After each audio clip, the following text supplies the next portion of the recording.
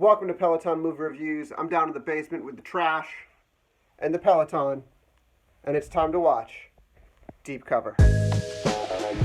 So Deep Cover stars Lawrence Fishburne as a good cop who has to go undercover to bust up a drug ring that goes to the highest levels, and then his racist boss who works for the federal government says, "Oh yeah, and you gotta sell dope for us."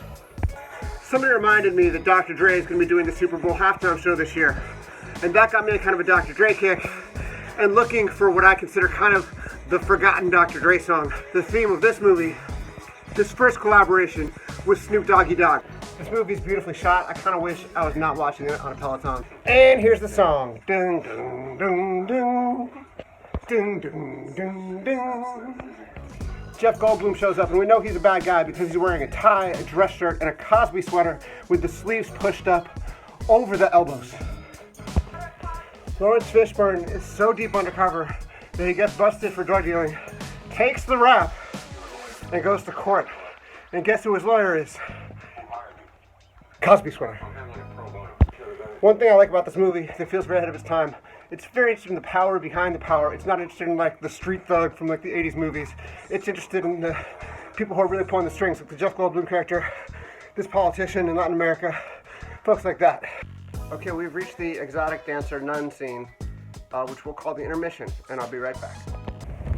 Speaking of deep cover, there's a blizzard right now. So I'm gonna go back across the street to the basement. Days like this are why Peloton was invented.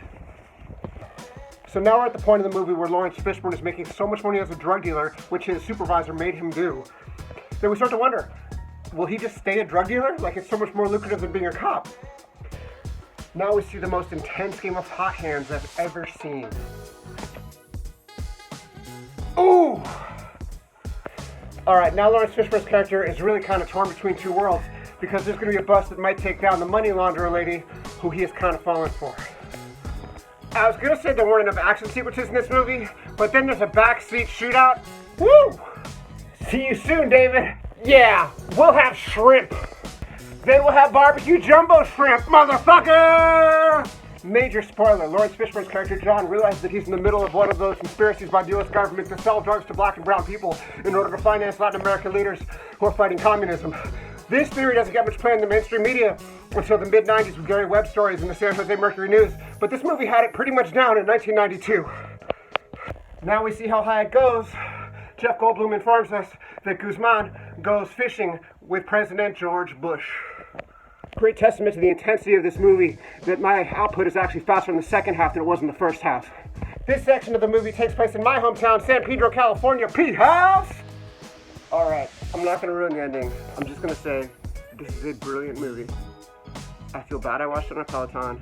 It was too good to watch on a Peloton. It is astonishing. If you were going to make a political movie, this is how you do it. It's actually courageous.